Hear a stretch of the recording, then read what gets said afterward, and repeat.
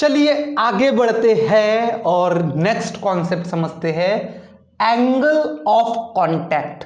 Very important concept. देखो क्या होता है, जब भी किसी लिक्विड को आप किसी कंटेनर में भरते हो, किसी चीज के अंदर भरते हो, तो वो लिक्विड जहां जहां पे उस सॉलिड के साथ कांटेक्ट में आता है ना, जैसे मान के चलो आपने ग्लास में या फिर ये कोई तो भी बीकर में, है ना, ये ऐसा कुछ तो भी ग्लास या फिर बीकर है और यहां पे वाटर भर दिए, कोई तो भी लिक्विड भर दिए, ठीक है। तो ये वाला जो लिक्विड है जो इस सॉलिड के कांटेक्ट में आ रहा है यहां पे, तो यहां पे इसका जो सरफेस है ये परफेक्ट ऐसा प्लेन नहीं रहता।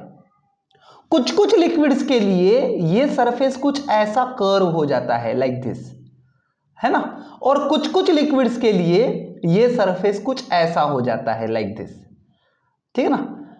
दोनों एक साथ नहीं होंगे, ये अगर लिक्विड है तो इसके दोनों सरफेस ऐसे होंगे, ठीक है ना, और ये अगर दूसरा लिक्विड है, मैंने आपको समझने के लिए वो दोनों एक ही जगह पे निकाले, लेकिन मान के चलो ये लिक्विड है कुछ तो भी, तो ऐसे लिक्विड्स जो सॉलिड्स को गीला कर सकते हैं, they can wet, partially wet, है ना, थोड़ा सा हल्का सा गीला कर सकते हैं, तो ऐसे लिक्विड्स के लिए ये जो सरफेस है ना, जो कांटेक्ट में है, पूरा का पूरा नहीं, ये जो कांटेक्ट में है वो ये थोड़ा सा ऐसे कॉनकेव हो जाता है लाइक दिस, ठीक है ना। और जो सरफेसेस लिक्विड्स, जो लिक्विड्स सॉलिड को वेट नहीं करते, जैसे मर्क्यूरी टाइप के लिक्विड्स हो गए, उनके लिए ना क्या होता है, ये वाला जो कांटेक्ट में है लिक्विड का सरफेस वो ऐसा नीचे आके कॉन्वेक्स हो जाता है लाइक दिस, ये इस प्रकार से हो जाता है, ठीक है ना।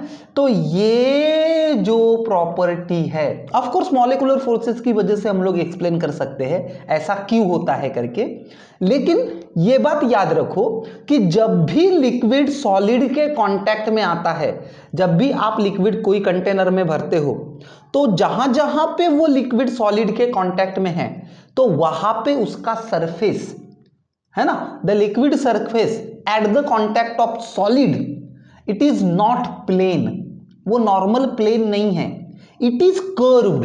फॉर सम लिक्विड, कुछ कुछ लिक्विड्स के लिए ये कॉनकेव है।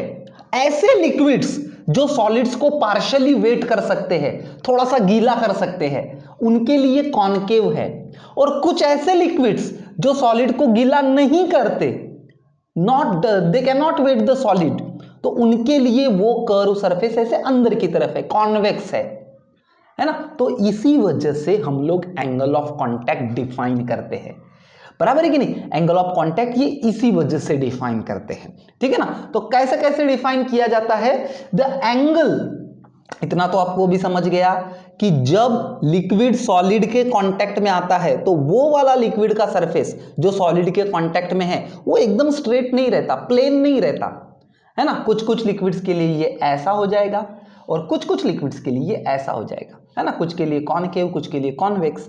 तो एंगल ऑफ कांटेक्ट कैसे डिफाइन करते हैं, it is the angle between the tangent drawn to the liquid surface at the point of contact. किस किस के बीच का एंगल है, बराबर ध्यान से पढ़ो।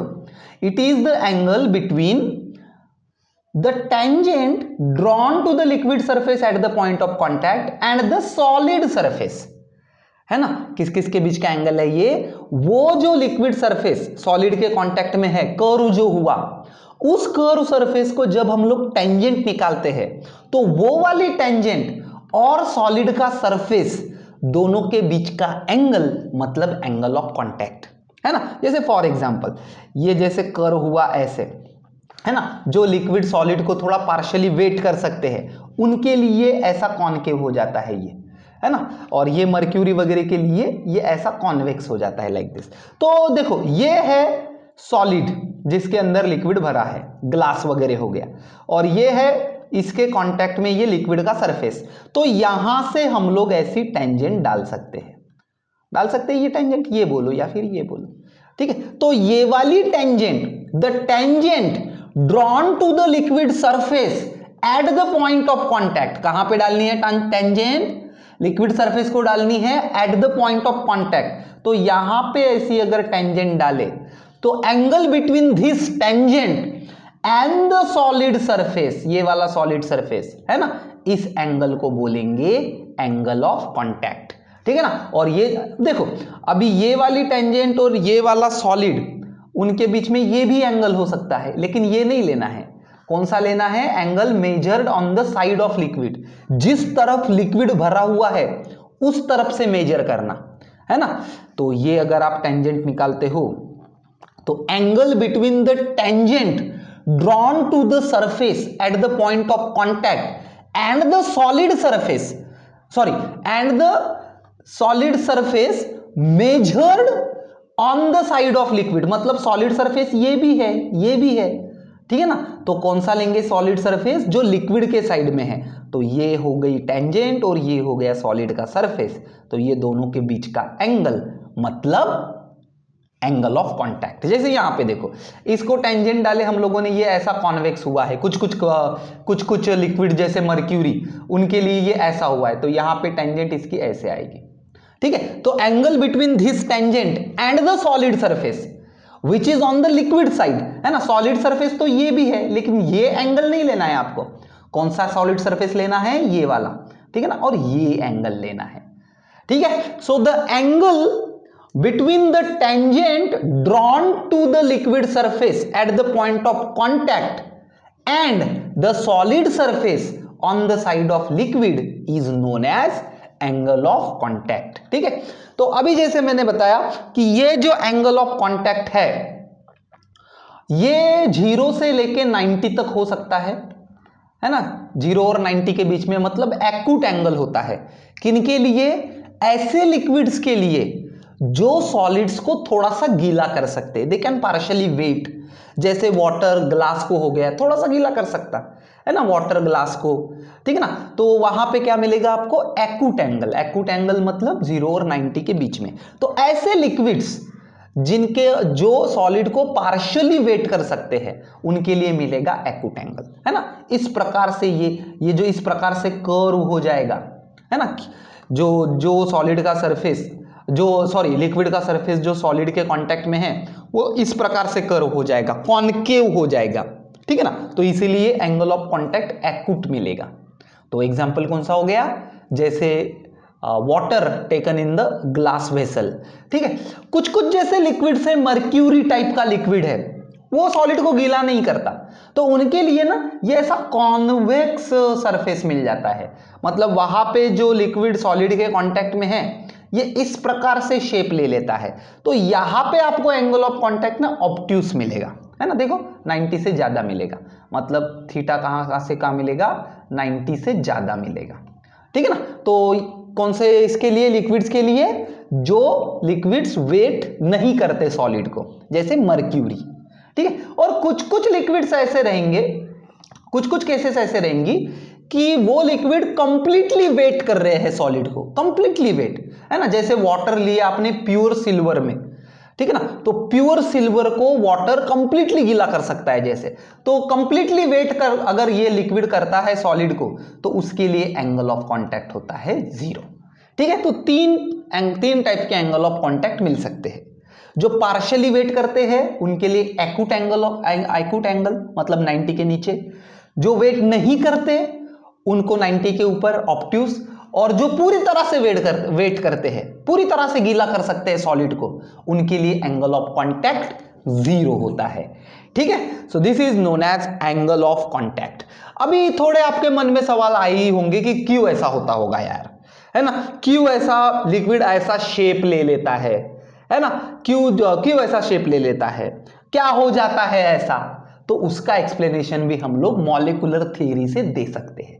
तो चलो देते हैं एक्सप्लेनेशन, ठीक है ना। सबसे पहले कंसीडर कर लेते कि ऐसा लिक्विड, ठीक है, जो पार्शियली वेट कर सकता है, पार्शियली मतलब समझता ना, थोड़ा सा हल्का सा गीला कर सकता है, ऐसा लिक्विड कंसीडर करते हैं किसी, है ना, जैसे मान के चलो वाटर ग्लास कंटेनर के अंदर लिया, ठीक है ना, तो वाटर ग्लास को थोड़ा सा गीला कर सकता है, तो इस प्रकार का, ठीक है ना। तो मान के चलो ये ग्लास है लाइक दिस, ये ग्लास सॉलिड और इसके अंदर लिक्विड भरा है, और ये इधर बेसिकली ऐसा पूरा भरा हुआ है, बाकी का पोर्शन नहीं निकाला मैंने, ठीक है ना।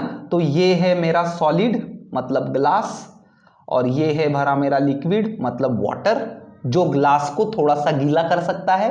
तो अभी हम लोग समझने की कोशिश करेंगे कि क्यों ये लिक्विड का सरफेस ऐसा शेप ले लेगा, ये ऐसा शेप ले लेता है। जो लिक्विड का सरफेस सॉलिड के कांटेक्ट में आएगा, ऐसा लिक्विड जो उस सॉलिड को थोड़ा सा गीला कर सकता है, वो सॉलिड के कांटेक्ट में ऐसा सरफेस का शेप ले लेगा। तो क्यों ले लेगा, है ना, उसको समझने के लिए मैंने एक यहां पे मॉलिक्यूल दिखाया है। ये यहां पे वाटर का मॉलिक्यूल दिखाया है लिक्विड का, जो एकदम यहां पे कॉर्नर पे है, देखो, है ना, ये यहां का मॉलिक्यूल दिखाया है। मतलब ये इस सॉलिड के पास भी है, ठीक है, और एकदम सरफेस को लग के है। तो ऐसा एक मॉलिक्यूल मैंने आपको दिखाया है। तो चलो इस मॉलिक्यूल के ऊपर कौन से फोर्सेस आते हैं अकॉर्डिंग टू मॉलिक्यूलर थियोरी, वो देखते हैं। According to molecular theory, molecule के ऊपर दो टाइप के फोर्सेस आते हैं। कौन से? एडहेसिव और कोहेसिव। एडहेसिव मतलब it is the force between different type of molecule, और कोहेसिव मतलब सेम टाइप, जैसे वाटर के मॉलिक्यूल के ऊपर वाटर की वजह से, लेकिन वाटर मॉलिक्यूल के ऊपर ग्लास की वजह से ये हो जाएगा एडहेसिव। वाटर के ऊपर एयर की वजह से ये हो जाएगा एडहेसिव।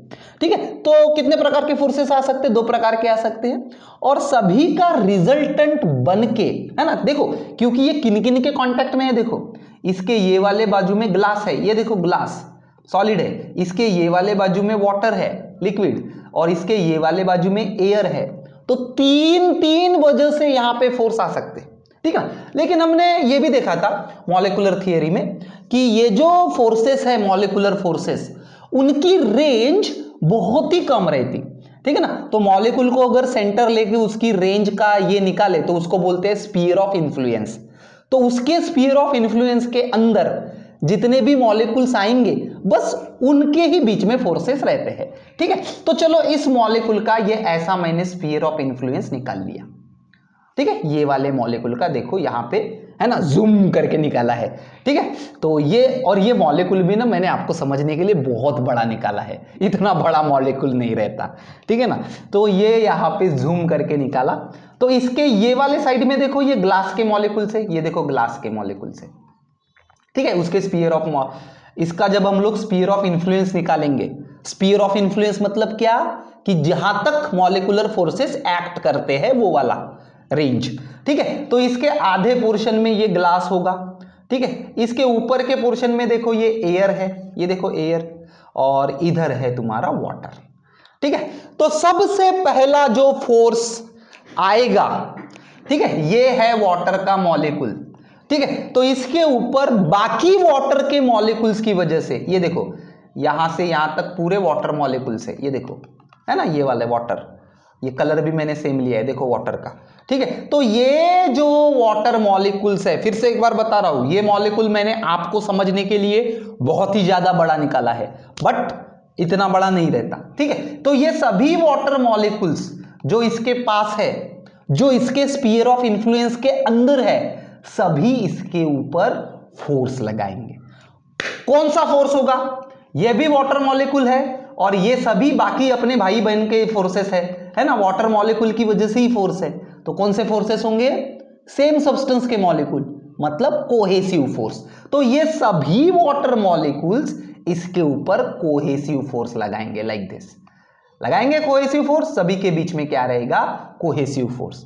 तो ये सबका अगर मैं एक मोटा मोटा रिजल्टेंट निकालूं, ये सभी जो मॉलिक्यूल्स है, ये 1/4 ऑफ सर्कल में जो है, 1/4 ऑफ सर्कल है कि नहीं, उसमें सभी वाटर मॉलिक्यूल्स है।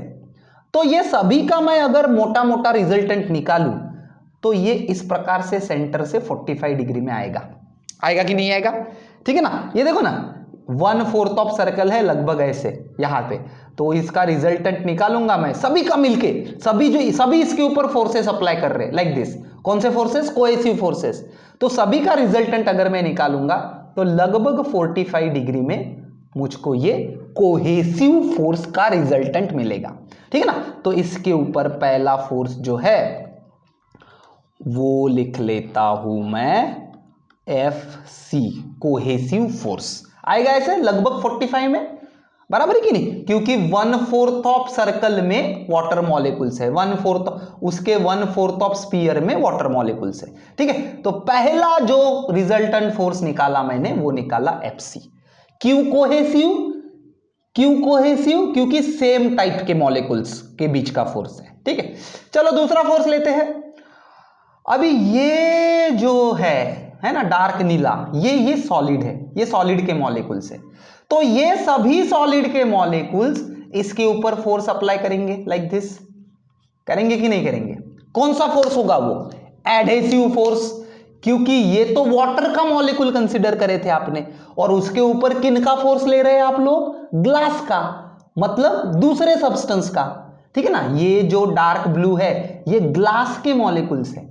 ठीक है ना, तो ग्लास के मॉलिक्यूल की वजह से वाटर मॉलिक्यूल के ऊपर का फोर्स, तो ये जो सभी फोर्सेस होंगे ये होंगे एडहेसिव फोर्सेस, हो जाएंगे एडहेसिव फोर्सेस। तो जैसा इसका रिजल्टेंट हमने ऐसा लगभग निकाला था, तो ये सभी जो एडहेसिव फोर्सेस है ग्लास के मॉलिक्यूल्स की वजह से जो आएंगे एडहेसिव फोर्सेस, इनकी वजह से इनका रिजल्टेंट लगभग ऐसा हॉरिजॉन्टल में आएगा कि नहीं आएगा हॉरिजॉन्टल में, है ना। देखो ना, ये परफेक्ट सेमी सर्कल है, सेमी सर्कल। ठीक है ना, जितने ग्लास मॉलिक्यूल्स ऊपर है उतने ही ग्लास मॉलिक्यूल्स नीचे भी है, तो सभी का रिजल्टेंट मिलके बराबर हॉरिजॉन्टल आएगा। तो ये होगा तुम्हारा एडहेसिव फोर्स।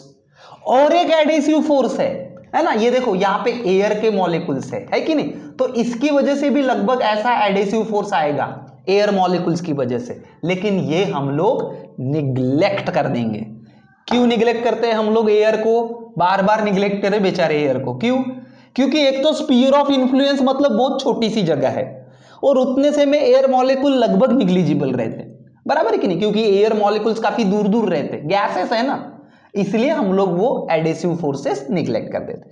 तो दो प्रकार के फोर्सेस इस मॉलिक्यूल के ऊपर आएंगे, एक परफेक्टली हॉरिजॉन्टल, ये हो गया एडहेसिव फोर्स, और ये लगभग 45 में ये हो गया कोहेसिव फोर्स।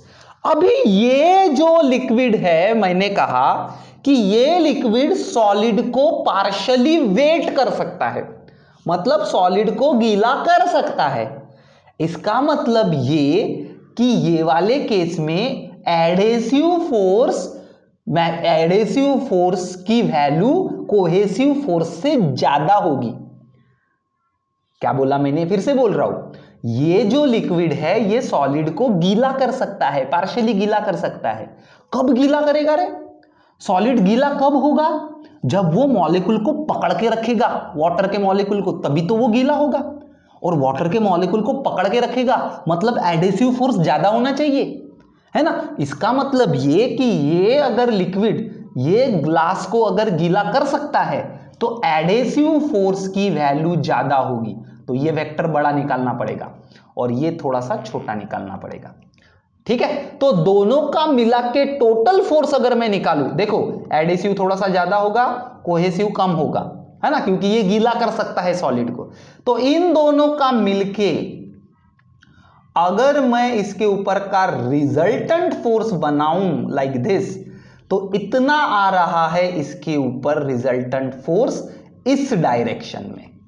मतलब जो जो मॉलिक्यूल्स इस लिक्विड के जो मॉलिक्यूल्स सॉलिड के कांटेक्ट में है उनके ऊपर ऐसे बाहर जाने वाला रिजल्टेंट फोर्स है। इस मॉलिक्यूल्स को इस तरफ से खींच रहा है, ये फोर्स ऐसे ऐसे खींच रहा है, बाहर निकल रहा है उनको, बराबर है कि नहीं। लेकिन बेचारे ये मॉलिक्यूल बाहर आ सकते हैं क्या इस फोर्स में, है ना। कांच को तोड़ के बाहर आ सकते हैं क्या?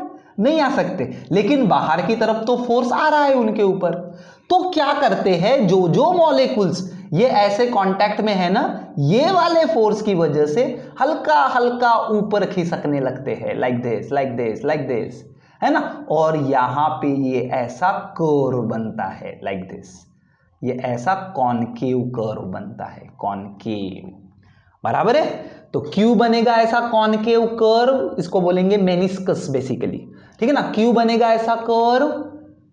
इस रीजन की वजह से, ये वाले फोर्स की वजह से उसके ऊपर का जो रिजल्टेंट फोर्स है वो ऐसा बाहर की तरफ खींचे हुए जा रहा है ना, ये ऐसा बाहर की तरफ खींचे हुए जा रहा है, ठीक है ना। तो उसकी वजह से जो जो मॉलिक्यूल्स ये ऐसे सॉलिड के कांटेक्ट में हैं, ये ऐसा थोड़ा थोड़ा ऊपर जाते हैं, है ना, बाहर तो नहीं निकल सकते बेचारे ग्लास के बाहर, तो इसीलिए इस फोर्स की वजह से ये मॉलिक्यूल्स हल्का ऐसे ऊपर जाते हैं और यहां पे ऐसा आपको कॉनकेव शेप मिलता है लाइक दिस, ठीक है ना। देखो ऐसे ऊपर से देखना, कॉनकेव और कॉन्वेक्स ये कहां से देखते हो उसके ऊपर डिपेंड है ना। मान के चलो ये ऐसा निकाला मैंने, ठीक है ना, ऐसा, और आप इधर से देख रहे तो आपको ये चीज लगेगी कॉन्वेक्स, लगेगी कि नहीं, बाहर आए वाली चीज कॉन्वेक्स, और जब आप इधर से देखोगे, ठीक है ना, तो देखो ये अंदर जा रहा है, वो कर्व अंदर की तरफ जा रहा है, तो ये होगा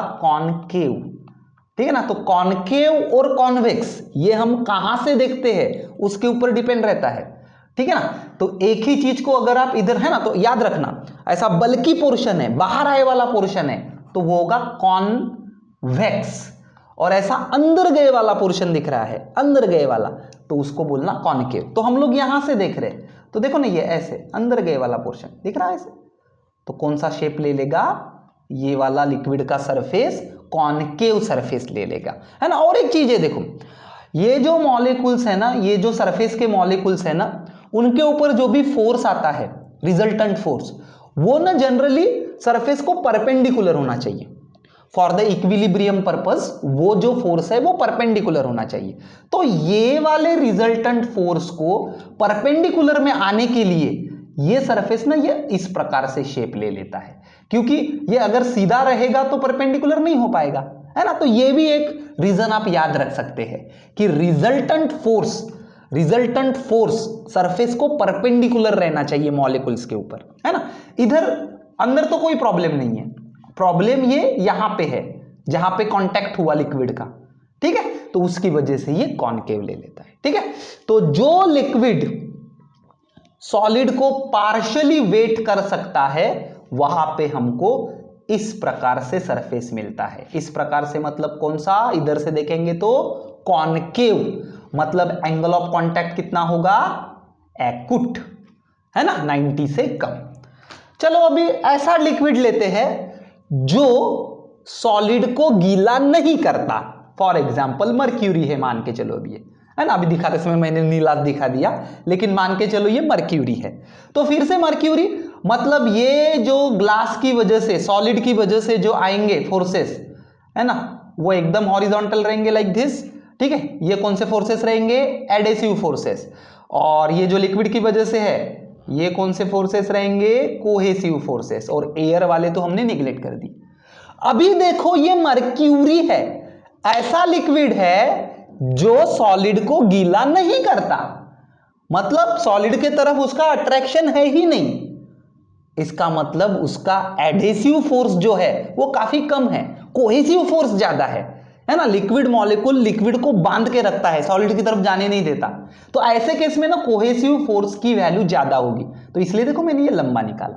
तो अगर दोनों का रिजल्टेंट आप निकालते हो, ठीक है ना, दोनों का रिजल्टेंट, तो ये ऐसे अंदर की तरफ आता है, फिर से निकाल रहा हूं मैं, ये ऐसा, ठीक है, ये है एडेसिव फोर्स, ये है कौन सा, कोहेसिव फोर्स, तो इसका रिजल्टेंट के अंदर की तरफ आता है ना। मतलब ये वाले लिक्विड के जो जो मॉलिक्यूल सॉलिड के कांटेक्ट में हैं उनकी तरफ ऐसे अंदर अंदर खींचे हुआ फोर्स आता है, तो इसकी वजह से क्या होता है ना, ये जो मॉलिक्यूल्स है जो सॉलिड के कांटेक्ट में हैं वो ऐसे अंदर की तरफ आ जाते हैं like this like this like this, और यहां पे ना ये ऐसा कर्व बना लेते हैं लाइक दिस, है ना। ये वाले रिजल्टेंट फोर्स की वजह से ये ऐसा थोड़ी अंदर की तरफ आ जाते हैं, ग्रूव बन जाता है यहां पे, ठीक है ना, और ये ऐसा लिक्विड सरफेस शेप ले लेता है, ठीक है। तो जब आप ऊपर से देखते हो तो ये कौन सा शेप हो जाएगा, है ना, देखो ये इधर से देखोगे तो बाहर आए वाला पोर्शन अगर दिखा तो कॉन्वेक्स, और इधर से देखोगे तो अंदर जाए वाला पोर्शन दिखा तो कॉनकेव। आप इधर से देख रहे, ठीक है ना, आप क्या कर रहे हैं, हम लोग ऐसे ऊपर से देख रहे हैं, तो देखो हम लोग को ऐसे दिख रहा है ऐसे, ठीक है ना, बाहर आए वाला पोर्शन ये ऐसे दिख रहा है, ये ऐसे, तो ये कौन सा है हमारे लिए, कॉन्वेक्स। तो आप यहां से देख रहे हैं ये ऐसा, तो ये कौन सा है हमारे लिए, कॉन्वेक्स। ठीक है ना, तो कौन सा पोर्शन, वो जो लिक्विड का सरफेस है वो कौन सा शेप ले लेता है, कॉन्वेक्स शेप ले लेता है। क्यों, क्योंकि ये रिजल्टेंट फोर्स अंदर की तरफ है, तो ये सभी जो मॉलिक्यूल्स है वो ऐसे थोड़ा अंदर की तरफ खिसकते हैं, है ना।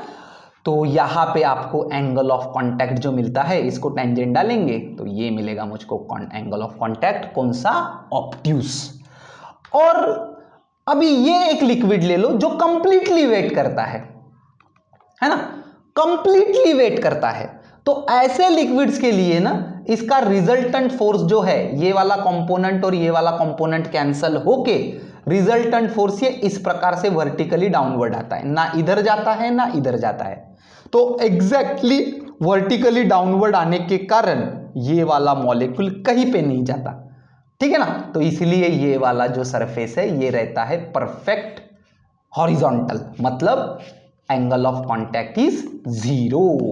ठीक है, तो लिक्विड जो कंप्लीटली वेट करेगा सॉलिड को, उसका एंगल ऑफ कांटेक्ट होगा 0। तो इस प्रकार से हम लोग क्या कर सकते हैं, एंगल ऑफ कांटेक्ट को एक्सप्लेन कर सकते हैं कि भैया क्यों बना ऐसा, है ना, क्यों ऐसे लिक्विड सॉलिड के कांटेक्ट में आने के बाद ऐसा कर्व सरफेस ले लिया।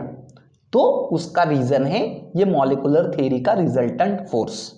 ठीक है, तो वो फोर्सेस की वजह से जो लिक्विड सॉलिड को गीला कर सकते हैं, तो उनके लिए रिजल्टेंट फोर्स ऐसे बाहर की तरफ है, इसलिए वो थोड़े मॉलिक्यूल ऊपर ऊपर ऊपर ऊपर चढ़ना चालू होते हैं।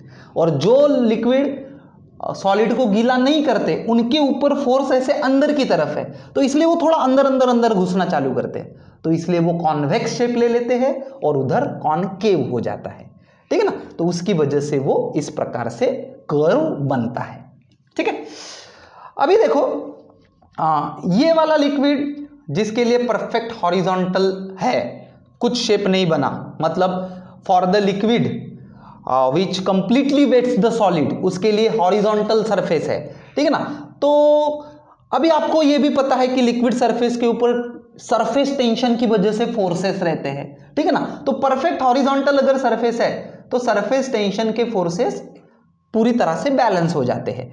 लेकिन अगर परफेक्ट हॉरिजॉन्टल नहीं है, मतलब या तो कॉनकेव बना या तो कॉन्वेक्स बना, तो फिर सरफेस टेंशन की वजह से जो फोर्सेस है वो पूरी तरह से बैलेंस नहीं होते। जैसे यहां पे देखो, ये वाला पार्ट देखो, है ना, this is liquid partially wet the solid, तो उसके लिए ये ऐसा कॉनकेव बनेगा।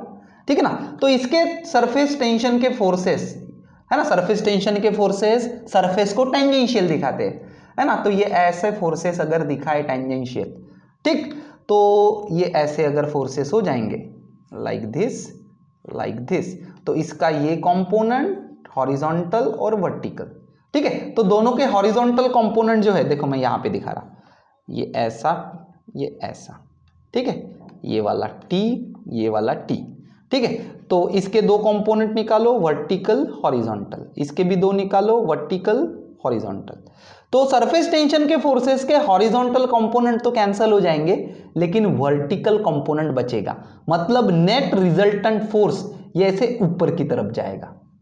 कब, अगर ये इस प्रकार से कॉनकेव शेप ले लेता है मेनिस्कस, तो वो जो शेप लेता है ना उसको मेनिस्कस बोलते हैं। तो मेनिस्कस अगर कॉनकेव शेप ले लेता है तो रिजल्टेंट फोर्स ये इधर जाएगा। इसका मतलब ये कि इधर वाले साइड में, है ना, मान के चलो पॉइंट ए और ये है पॉइंट बी, तो पॉइंट ए के साइड में हल्का सा प्रेशर कैसे रहेगा, ज्यादा रहेगा, रहेगा कि नहीं रहेगा, क्योंकि इधर फोर्स आ रहा है ना, देखो ना, और प्रेशर क्या है, फोर्स पर यूनिट एरिया, तो पॉइंट ए की तरफ बी से थोड़ा सा प्रेशर ज्यादा रहेगा। यहां पे ऐसा कुछ नहीं होगा, यहां पे ए और बी का जो प्रेशर है वो एग्जैक्टली सेम है, यहां पे कुछ दिक्कत नहीं है। लेकिन अगर मेनिस्कस एक तो कॉनकेव है या फिर कॉन्वेक्स है, तो प्रेशर में डिफरेंस आना चालू हो जाता है। ठीक है ना, तो ए साइड का प्रेशर बी साइड के प्रेशर से ज्यादा रहेगा। सिमिलरली यहां पे देखो, यहां पे ये सरफेस टेंशन के फोर्सेस यहां पे निकाल रहा मैं, ये इस प्रकार से है। ठीक है ना, तो इनका फिर से horizontal component, vertical component, horizontal component cancel हो जाएंगे, वर्टिकल कंपोनेंट बचेंगे, तो जो फोर्स है ये ऐसा नीचे की तरफ आ रहा है, ठीक है ना। मतलब मैं अगर ये पॉइंट ए बोलता हूं एयर में और ये पॉइंट बी बोलता हूं मैं उसके अंदर लिक्विड के अंदर, तो पॉइंट बी के अंदर है ना, पॉइंट बी की तरफ फोर्स आ रहा है एक्सेस, मतलब पॉइंट बी पे क्या होगा, हल्का सा एक्सेस प्रेशर होगा, ये वाले साइड में होगा, ठीक है ना। तो जब भी मेनिस्कस ऐसा कॉनकेव या फिर कॉन्वेक्स रहता है तो दोनों साइड में प्रेशर में डिफरेंस रहता है। कौन से साइड में प्रेशर ज्यादा रहता है, हमेशा याद रखो, कौन से साइड में प्रेशर ज्यादा रहता है ना, कॉनकेव साइड में प्रेशर ज्यादा रहता है, कॉनकेव साइड में, है ना। जैसे देखो ये अभी मैंने आपको अभी बताया था कि जब आप इस कर्व को देखते हो, ये कर्व को देखते हो तो इधर से देखते हो तो ये चीज है कॉन्वेक्स, ठीक है ना, लेकिन सेम चीज को इधर से देखते हो तो ये चीज है कॉनकेव, ठीक है ना। तो हम लोग ये लिक्विड का कॉनकेव कॉन्वेक्स करते समय इधर से ऊपर से देखे थे, ठीक है ना। अभी देखो ऊपर से न देखते हुए दोनों तरफ से देखेंगे। अभी मान के चलो ये है तुम्हारा कॉनकेव मेनिस्कस, मतलब ऐसे लिक्विड का सरफेस, ऐसे लिक्विड्स का सरफेस जो पार्शियली वेट कर सकता है, ठीक है ना, जो पार्शियली वेट कर सकता है, ठीक है। तो ये पार्शियली वेट कर सकता है, ये हो गया लिक्विड, सॉरी, ठीक है, तो ये हो गया लिक्विड, ठीक है, ये पार्शियली वेट कर सकता है, ठीक। तो कौन से साइड में प्रेशर ज्यादा मिलेगा, ये वाले साइड में, हमेशा याद रखो कॉनकेव साइड में प्रेशर ज्यादा मिलेगा, ठीक है ना। जब आप इधर से देखते हो तो ये देखो कॉनकेव साइड है, बराबर, लेकिन जब इधर से देखोगे तो ये कौन सी साइड हो जाएगी, कॉन्वेक्स साइड हो जाएगी, तो इधर प्रेशर ज्यादा नहीं रहेगा, ठीक है। कौन से साइड में हमेशा प्रेशर ज्यादा रहता है, जो ऐसे अंदर गए वाली साइड है, बाहर जो बल्की वाली निकली वाली है, कॉन्वेक्स साइड जो है उधर प्रेशर ज्यादा नहीं रहता, जो कॉनकेव साइड है उस साइड में प्रेशर ज्यादा रहता है। जैसे यहां पे देखो, है ना, ये वाला कॉन्वेक्स, जैसा इधर से देखेंगे तो इधर से देखेंगे तो ये वाला कैसा दिखेगा आपको, बाहर आए वाला पोर्शन है, ऐसा ऐसा बाहर आए वाला बल्की पोर्शन है, मतलब ये कॉन्वेक्स साइड है, ठीक है ना। लेकिन यही सेम चीज को इधर से देखेंगे पानी के अंदर से, ठीक है ना, मर्क्यूरी के अंदर से, तो आपको ये अंदर गए समान लग रहा है, मतलब कॉनकेव साइड है। तो हमेशा एक चीज याद रखो, कॉनकेव साइड में प्रेशर ज्यादा रहता, मतलब मर्क्यूरी के अंदर प्रेशर ज्यादा रहेगा, ठीक है। तो एक चीज हमेशा याद रखो कि जब मेनिस्कस स्ट्रेट नहीं रहता, कॉनकेव या फिर ऐसा कर्व शेप ले लेता है, तो हमेशा कॉनकेव साइड का प्रेशर ज्यादा रहता। कॉनकेव साइड मतलब कौन सी साइड, जो ऐसे अंदर गई वाली साइड है वो वाली साइड, है ना। और जैसे जो बाहर से निकली वाली साइड है उसको बोलेंगे कॉन्वेक्स साइड, तो उधर प्रेशर थोड़ा सा कम रहता। क्यों, क्योंकि सरफेस टेंशन की फोर्सेस की वजह से, जो पूरी तरह से बैलेंस नहीं हो पाते, ठीक है। तो चलो मान के चलो ये एक मैंने लिक्विड का ड्रॉप लिया, लिक्विड का ड्रॉप, वाटर ड्रॉप, लिक्विड का ड्रॉप, तो लिक्विड का ड्रॉप मतलब स्पीयर, कंप्लीटली स्पीयर, ठीक है ना। तो हम लोग अभी डेरिवेशन करते हैं Laplace law for the spherical membrane, क्या चीज है बताता हूं मैं ये, ठीक है। तो एक लिक्विड का ड्रॉप हमने लिया स्पेरिकल, तो बताओ तो मुझको, अब बीच मैंने आपको लॉजिक बताया कि जब लिक्विड का सरफेस प्लेन नहीं रहता तो प्रेशर में दोनों साइड में डिफरेंस रहता है, ठीक है। तो अभी ये स्पेरिकल सरफेस है, स्पेरिकल सरफेस है, ठीक है ना। इसके अंदर के प्रेशर को लिख लेते हैं पीआई और इसके बाहर के प्रेशर को लिख लेते हैं पीओ। सेम नहीं रहेंगे, इतना तो समझ में आ गया, क्योंकि प्लेन सरफेस नहीं है क्या, प्लेन सरफेस नहीं है। तो बताओ तो मुझको कौन ज्यादा रहेगा, पीआई ज्यादा रहेगा कि पीओ ज्यादा रहेगा, बताओ कौन ज्यादा रहेगा। एक स्टेटमेंट हमेशा याद रखो, कॉनकेव साइड का प्रेशर, जो अंदर की वाली साइड है उस साइड का प्रेशर हमेशा ज्यादा रहता, ठीक है। तो चलो अंदर से देखते हैं इसको, ठीक है। तो ये मेरे लिए हो गई कॉनकेव साइड, और इधर से देखोगे, ठीक है ना, सेम चीज को इधर से देखोगे तो ये हो गई कॉन्वेक्स, और इधर से देखोगे तो ये हो गई कॉनकेव, ये वाली साइड हो गई कॉनकेव, ठीक है ना। तो कॉनकेव साइड का प्रेशर, है ना, अंदर गई वाली साइड, कॉनकेव साइड का प्रेशर जो ऐसे अंदर गई वाली साइड है ना, ये हो गई कॉनकेव साइड, और इसकी दूसरी साइड हो गई कॉन्वेक्स साइड, जो ऐसे बाहर निकली रहती है उसको कॉन्वेक्स साइड बोलेंगे, जो ऐसे अंदर गई वाली है उसको कॉनकेव साइड बोलेंगे। तो कॉनकेव साइड का प्रेशर हमेशा ज्यादा रहता है, ठीक है, तो पीआई पीओ से ज्यादा रहेगा। तो हमको इस डेरिवेशन में क्या निकालना है, ये जो एक्सेस प्रेशर है मतलब पीआई माइनस पीओ, ये कितना होगा ये निकालना है। तो Laplace law for spherical membrane, मतलब क्या डेरिवेशन करना है आपको, लाप्लास लॉ डिराइव करना है, मतलब Laplace law for spherical membrane ये डिराइव करना है, मतलब डिफरेंस बिटवीन द प्रेशर्स निकालना है ना। वो जो स्पीयर है, वो जो वाटर का ड्रॉप है उसके अंदर का प्रेशर बाहर के प्रेशर से ज्यादा है ना, कॉनकेव साइड है ना अंदर, तो उसके अंदर का प्रेशर बाहर के प्रेशर से ज्यादा है। तो वो कितना ज्यादा है, एक्सेस प्रेशर कितना है, तो पीआई माइनस पीओ ये कितना है, ये हमको लाप्लास लॉ में निकालना है, ठीक है। तो कैसे निकालेंगे, देखो पहले मैं आपको अपनी ये बता देता कि कैसे निकाल सकते हैं इसको हम लोग। इसके लिए हम लोग ना वर्क का फॉर्मूला यूज करेंगे, वर्क, ठीक है। क्या करेंगे हम लोग ना, ये जो स्फीयर है, स्फेरिकल सरफेस है ना, मान के चलो इसकी रेडियस कुछ तो भी होगी r, तो हम लोग अज्यूम करेंगे कि ये वाला स्फेरिकल सरफेस हमने फोर्स लगा के, है ना, थोड़ा सा इसको बड़ा किए, बराबर है, मतलब कितने रेडियस से बड़ा किए, r plus delta r radius से, ठीक है। तो हमने वो जो लिक्विड ड्रॉप है जिसकी रेडियस r थी उसका सरफेस एरिया बढ़ा के, है ना, थोड़ा सा उसको बड़ा किए, हल्के से बड़ा किए, कितने से रेडियस बढ़ गई उसकी, डेल्टा r से। तो ऐसा बड़ा करने के लिए हमको वर्क निकालना पड़ेगा। तो वो वर्क हम लोग दो मेथड से निकाल सकते हैं, दो मेथड से निकाल सकते हैं। एक तुम्हारी normal method, force into displacement निकाल सकते हैं, है ना, फोर्स इनटू डिस्प्लेसमेंट।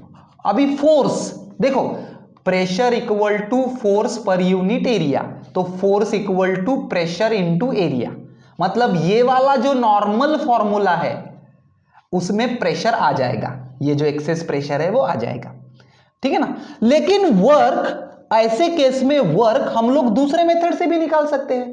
देखो अभी अभी हमने सरफेस टेंशन पढ़े थे, कोई भी जो लिक्विड का सरफेस है उसमें अगर हमको चेंज करना है, इंक्रीज करना है, ठीक है ना, तो और सरफेस टेंशन हमको पता है, तो वर्क का फॉर्मूला ये भी है, surface tension into change in area, increase in area, ये भी वर्क का फॉर्मूला है।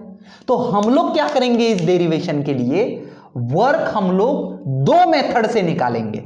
अपनी normal force into displacement method, वहां पे ये एक्सेस प्रेशर आ जाएगा, और दूसरी मेथड इस यूनिट वाली मेथड, सरफेस टेंशन वाली, सरफेस टेंशन है ना, इनटू चेंज इन एरिया, और ऐसा बड़ा करते समय उसका एरिया जो बढ़ाए हमने, तो that is change in area. फिर दोनों को इक्वेट कर देंगे, दोनों को इक्वेट कर दिए तो यहां से हमको प्रेशर की वैल्यू मिल जाएगी, बराबर। तो चलो आगे बढ़ते हैं। सबसे पहले पहली वाली मेथड से निकालते हैं वर्क, नॉर्मल मेथड, है ना, जो आपको नॉर्मल वर्क का फॉर्मूला पता है, that is force into displacement, ठीक है, force into displacement, normal method, ठीक है। देखो क्या करना है, ये है स्फीयर, है स्फीयर, ये स्फीयर का सरफेस एरिया है ना, ओरिजिनल उस लिक्विड ड्रॉप की रेडियस कितनी है, r है। अभी उस लिक्विड ड्रॉप को थोड़ा सा फुलाना है ऐसे, है ना, फोर्स लगा के ऐसे फुलाना है थोड़ा सा, ताकि उसकी रेडियस बन जाए r प्लस डेल्टा r, मतलब कितने डिस्टेंस से आपको मूव करना है, ये वाले एरिया को डेल्टा r से मूव करना है ना। तो उसके लिए कितना फोर्स लगेगा, अभी मैंने बताया था, है ना, force, pressure equal to force per unit area, pressure equal to force per unit area, है ना, pressure equal to force per unit area, तो force equal to pressure into area, है ना, और ये इंटू डिस्प्लेसमेंट, जैसा का वैसा लिख सकते हैं ऐसा वर्क का फॉर्मूला। कुछ कंफ्यूजन, देखो फिर से एक बार बताता हूं, वर्क का नॉर्मल मैकेनिक्स वाला फॉर्मूला मैं अप्लाई करने की कोशिश कर रहा हूं। वर्क का नॉर्मल फॉर्मूला पता है मुझको कि कोई भी फोर्स लगाएंगे और डिस्प्लेसमेंट कितना होगा, ठीक है, तो इसलिए मैंने फोर्स इंटू डिस्प्लेसमेंट लिखा। लेकिन मुझको यह भी पता है कि फोर्स को प्रेशर के फॉर्म में लिखा जा सकता है। लिखा जा सकता है कि नहीं लिखा जा सकता है कि नहीं, इसलिए मैंने फोर्स को प्रेशर के फॉर्म में लिख दिया। तो प्रेशर इंटू एरिया, ठीक है। तो कितना एरिया मूव कर रहे हैं आप लोग, ये वाले स्पीयर का एरिया मूव कर रहे हैं। वो जो लिक्विड ड्रॉप है, वो जो स्पीयर है, वो वाला एरिया मूव कर रहे हैं।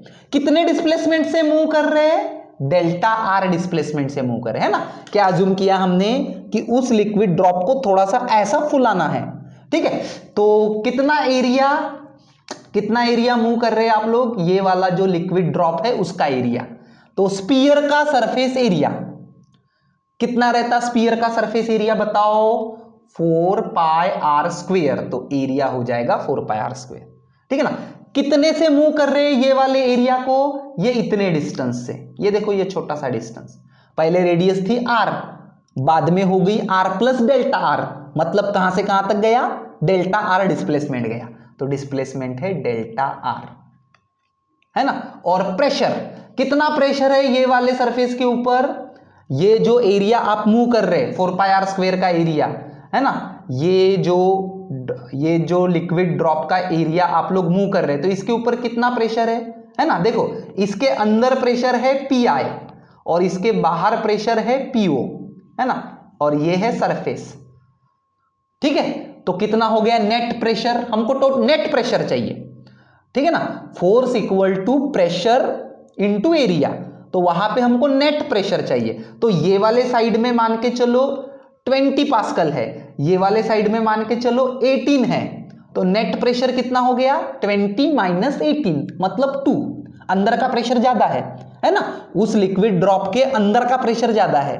तो नेट प्रेशर कितना हो गया, पी आई माइनस पीओ, बराबर है कि नहीं। तो इस प्रकार से हम लोग वर्क लिख सकते हैं। वर्क कैसे कैसे आया समझा, फोर्स इंटू डिस्प्लेसमेंट, बराबर है। डिस्प्लेसमेंट कितना, ये इतना डेल्टा आर हो गया डिस्प्लेसमेंट। फोर्स कितना, प्रेशर इंटू एरिया, कितना है इसका एरिया, स्पीयर है, स्पेरिकल ड्रॉप है जिसकी रेडियस आर है, तो इसलिए area is 4 pi R square. और प्रेशर कितना है ना, प्रेशर कितना, पी आई माइनस पीओ, क्योंकि हमको नेट प्रेशर चाहिए, है ना। Pressure equal to force per unit area, तो force equal to pressure into area, तो हमको नेट प्रेशर चाहिए उसके ऊपर का, है ना। तो एक साइड में है 20, एक साइड में है 18, मतलब नेट प्रेशर है 2। तो लाइक दिस, इसलिए प्रेशर हो गया पी आई माइनस पीओ। तो देखो वर्क के फॉर्मूले में आ गया पी आई माइनस पीओ, है कि नहीं। तो एक मेथड से वर्क मैंने निकाल दिया, अभी दूसरे मेथड से निकालूंगा, दोनों को इक्वेट कर दूंगा, बन जाएगा मेरा फॉर्मूला, ठीक है। पी आई माइनस पीओ की वैल्यू निकालना है हमको। देखो लाप्लास लॉ में क्या निकालना है, पी आई माइनस पीओ, ठीक है। तो चलो आगे बढ़ते हैं, अभी वर्क का फॉर्मूला निकालते हैं, फिर से वर्क निकालते हैं, है ना। अभी डी डब्ल्यू क्यू लिखा रहे हैं क्योंकि हम लोगों ने अज्यूम किया कि बहुत ही स्मॉल डिस्टेंस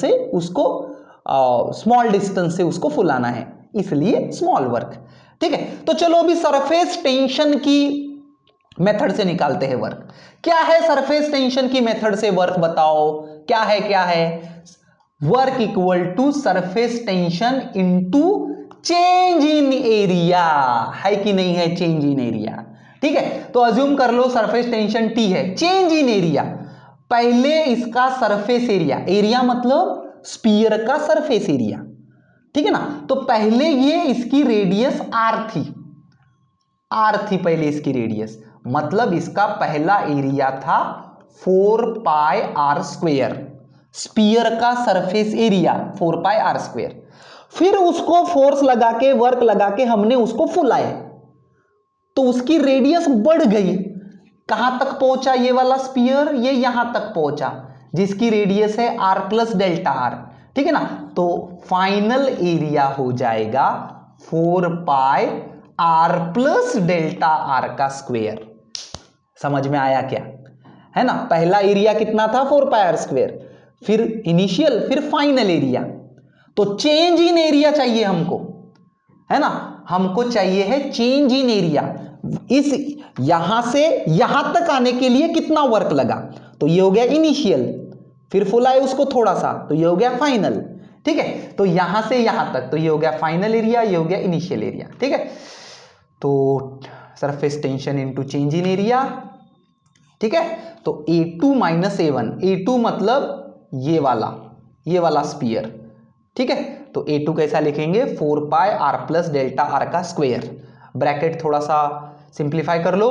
ठीक है, ए प्लस बी स्क्वायर के फॉर्मूले से, तो ये आ जाएगा तुम्हारा 4 pi r square 8 pi r delta r 4 pi delta r square. ठीक है, और इनिशियल एरिया कितना था मेरा, 4 pi r square. Initial area मतलब इसका, ओरिजिनल रेडियस इतना। एरिया मतलब कौन सा एरिया रे, सरफेस एरिया, है ना। सरफेस टेंशन के समय हम लोग हमेशा सरफेस एरिया देखते हैं। ठीक है, तो ये है मेरा A2, ये है मेरा A1। तो A2 माइनस A1 करो, 4 पाई आर स्क्वायर हो जाएगा कैंसल। ठीक है ना, तो A2 माइनस A1 करोगे तो 4 पाई आर स्क्वायर कैंसल, ये बचेगा। अभी यहां पे ना ये वाला जो टर्म है 4 पाई डेल्टा आर का स्क्वायर, डेल्टा आर मतलब बहुत ही थोड़ा सा डिस्टेंस है, वेरी स्मॉल डिस्टेंस, और उस स्मॉल डिस्टेंस का फिर से स्क्वायर मतलब फिर से स्मॉल हो जाएगा। तो ये जो टर्म है ना 4 पाई डेल्टा आर स्क्वायर, ये हम लोग निगलेक्ट कर सकते। तो A2 माइनस A1 मुझको मिलेगा 8 पाई आर डेल्टा आर। समझ में आया कैसा आया, है ना। Final area surface area minus initial surface area. ठीक है, तो ये जब करे तो ये आया 8 पाई आर डेल्टा आर, इसको निगलेक्ट कर दो और ये माइनस हो गया तो ये चला गया। ठीक है, तो 8 पाई आर डेल्टा आर, तो ये मेरा वर्क हो गया कौन सी मेथड से, सरफेस टेंशन की वजह से, और ये मेरा वर्क हो गया था नॉर्मल मेथड की वजह से। ठीक है ना, दोनों वर्क तो एक ही है भैया, सरफेस टेंशन से निकालो नहीं तो नॉर्मल मेथड से निकालो, तो दोनों को इक्वेट करो, दिस प्लस दिस। ठीक है, तो क्या क्या चीजें हो जाएगी, डेल्टा आर कैंसल, पाई पाई कैंसल, और क्या कैंसल होता है, ये वाला एक आर कैंसल होगा, इसका स्क्वायर चला जाएगा। ठीक है ना, एक आर कैंसल कर दो। ठीक है, तो ये होगा T into 8 equal to PI minus PO, इधर बचेगा 4R। ठीक है, तो मुझको PI माइनस PO चाहिए, PI minus PO equal to, तो T into 8 divided by 4R। ठीक है, तो 8 बाई 4 दैट इज 2, और ये T बाय R। तो कितना मिला, excess pressure, and this is known as Laplace law for the spherical membrane. कितना मिला, PI minus PO 2 times T minus R। T मतलब ये वाले लिक्विड का सरफेस टेंशन, R मतलब ये जो स्पेरिकल ड्रॉप है, लिक्विड ड्रॉप, उसकी रेडियस। तो जब आप स्पेरिकल ड्रॉप लेते हो तो हमको पता है उसके अंदर का प्रेशर बाहर के प्रेशर से ज्यादा होता है। क्यों, क्योंकि कॉनकेव है ना, ये देखो ना कॉनकेव पोर्शन है, तो इसके अंदर का प्रेशर बाहर के प्रेशर से ज्यादा। तो कितने से ज्यादा, PI minus PO is 2 times T by R। ठीक है, तो डेरिवेशन इज कंप्लीट। अभी देखो कभी कभी न्यूमेरिकल में ना लिक्विड ड्रॉप की जगह आपको ना बबल बोलते हैं, तो बबल का अगर आया तो एक्सेस प्रेशर में 2T बाय आर को मल्टीप्लाई बाय 2 कर देना, मतलब 4T बाय आर कर देना। क्यों, क्योंकि बबल में दो सरफेसेस रहते, बराबर है कि नहीं, तो 2 टाइम्स आ जाएगा, 8 की जगह यहां पे 16 होने वाला है, तो इसलिए 4T बाय आर हो जाएगा। ठीक है, तो ये न्यूमेरिकल में याद रखना। ठीक है, तो this is PI minus PO that is 2T by R. तो ये वाले पेज नंबर्स बराबर से देख लेना। ओके।